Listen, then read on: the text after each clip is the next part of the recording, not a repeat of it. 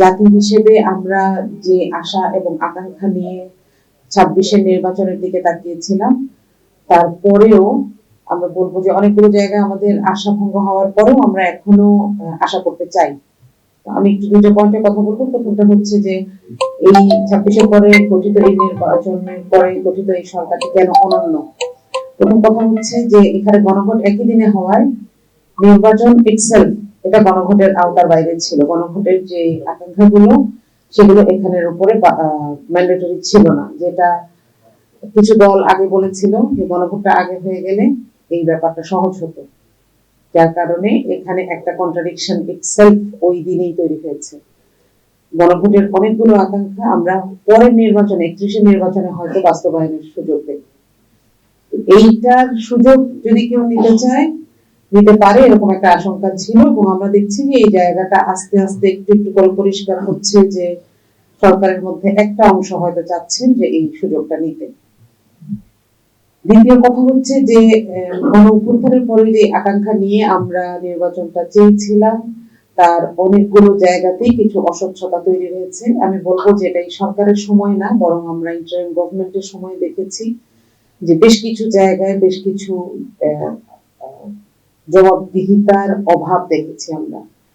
যে নির্বাচনী তফসিল জারি হওয়ার পর থেকে যে হত্যাগুলো হয়েছে, যে ঘটনাগুলো হয়েছে, যে চুক্তিগুলো হয়েছে, সেগুলোর ব্যাপারে আমরা এখনো অস্পষ্ট, আমরা এখনো অস্বচ্ছ।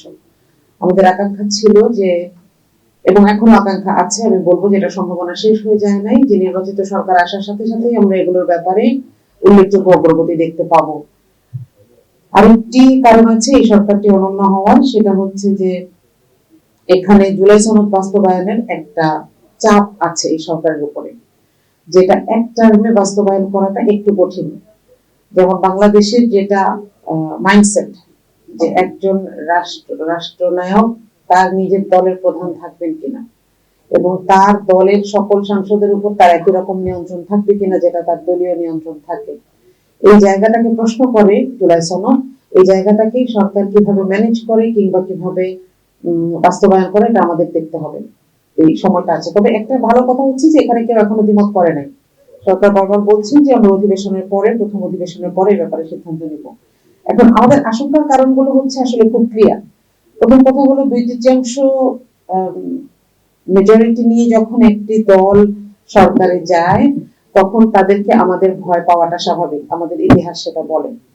বাংলাদেশের ইতিহাসে 2/3 মেজরিটি নিয়ে যারা ক্ষমতায় গিয়েছেন এ পর্যন্ত, এর আগে তাদেরকে আমরা দেখেছি তারাই আস্তে আস্তে ফেসিস্ট হয়ে উঠেছেন।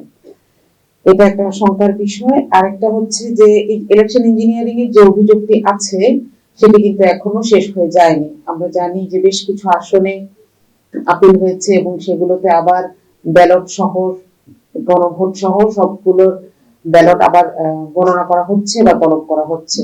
এটার একটা নৈতিক প্রভাব হচ্ছে যদি ইলেকশন ইঞ্জিনিয়ারিং হয়ে থাকে, এটা পরের প্রভাব প্রমাণিত হয়। ইলেকশন ইঞ্জিনিয়ারিং এর সবচেয়ে বড় প্রভাব আমার কাছে যেটা মনে হয় যে এর মাধ্যমে যারা গণপ্রতিনিধি হয়ে আসেন তাদের সেই নৈতিক কনফিডেন্স থাকে না, তারা মানুষকে রিপ্রেজেন্ট করছেন না, তিনি নিজে জানেন, এবং তিনি সেভাবে কথা বলতে পারেন না, সেভাবে ভূমিকা রাখতে পারেন না। এটা ছাড়া তো আর অন্যান্য সাংবিধানিক জটিলতা আছে।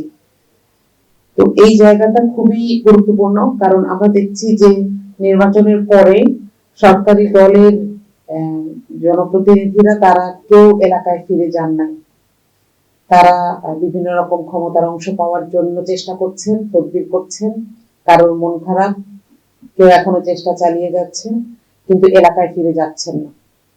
কিন্তু অবস্থাটা এরকম যে প্রত্যেকটা এলাকায় নির্বাচনী সহিংসতা হয়েছে এবং নারী এবং শিশুর উপর হামলা হয়েছে। সেই জায়গাগুলোতে জনপ্রতিনিধিদের যাওয়াটা জরুরি। বিরোধী দল থেকে অনেক রকম চেষ্টা করা হয়েছে, কিংবা বিরোধী দলের এমপিরা যে যে জায়গায় নির্বাচিত হয়েছেন সেই এলাকাগুলোতেও অবস্থা ভালো নয়। ঢাকা শহরের একজন এমপিকেও আমরা গতকাল অভিযোগ করতে দেখেছি যে তিনি তার নিজের এলাকায় নির্বাচনে জিতে আসা সত্ত্বেও তিনি তার নিজের এলাকায় যেতে পারছেন না, তার নেতা কর্মীদেরকে হামলা করা হচ্ছে। এটার অনেক বড় একটা কারণ হচ্ছে ইলেকশন ইঞ্জিনিয়ারিং এর কারণে এই সরকারের যে নৈতিক অবস্থান সেটা ঠিক নাই। এই জায়গাটাকে ঠিক করার জন্য আসলে আমরা সবার আগে সরকারের ভূমিকা দেখতে চাই। আর শেষ যে কথাটা বলবো সেটা হচ্ছে যে নির্বাচনী ইশতেহার ছিল একটা, আমরা দেখেছি যে একটা দল এক একটা দল আরেকটা দলের সাথে প্রতিযোগিতা করে খুব উচ্চাকাঙ্ক্ষী, ইউনিক এবং খুব চকমকে বলবো নির্বাচনী ইশতেহার দিয়েছেন। কিন্তু বাস্তবতাটা হচ্ছে বাংলাদেশের সরকারের ইনফ্রাস্ট্রাকচার যদি বাদও দেই, একটা দলের যে তৃণমূল থেকে শুরু করে যে জনবল দরকার, একটা নিষ্ঠ জনবল দরকার, সৎ জনবল দরকার, সেটি আছে কিনা সেটি বিরাট আকারে প্রশ্নবিদ্ধ। আপনারা দেখেছেন ফ্যামিলি কার্ড নামের প্রহসনটি নির্বাচন আগে থেকেই শুরু হয়েছে। নির্বাচনের পরেও আমরা ফ্যামিলি কার্ড রিলেটেড বিভিন্ন ধরনের অপরাধ দেখতে পাচ্ছি যেগুলো সরকারি দলের সরাসরি ছত্রছায়ায় সংঘটিত হচ্ছে। এই বিষয়গুলোকে সরকার কিভাবে হ্যান্ডেল করে এবং এত বড় উচ্চাকাঙ্ক্ষী উচ্চাভিলাষী ইশতেহার বাস্তবায়ন কিভাবে করে এটা আমরা দেখছি। এবং এই অল্প কিছুদিনই আমাদের কাছে মনে হচ্ছে যে এই জায়গাটাতে অনেক বেশি মনোযোগ দেওয়া দরকার, জনবলের নৈতিক অবস্থানগুলোকে ঠিক করা দরকার।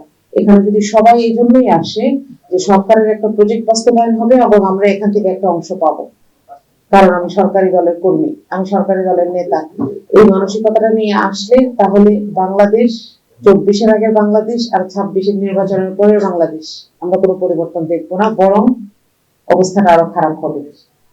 তো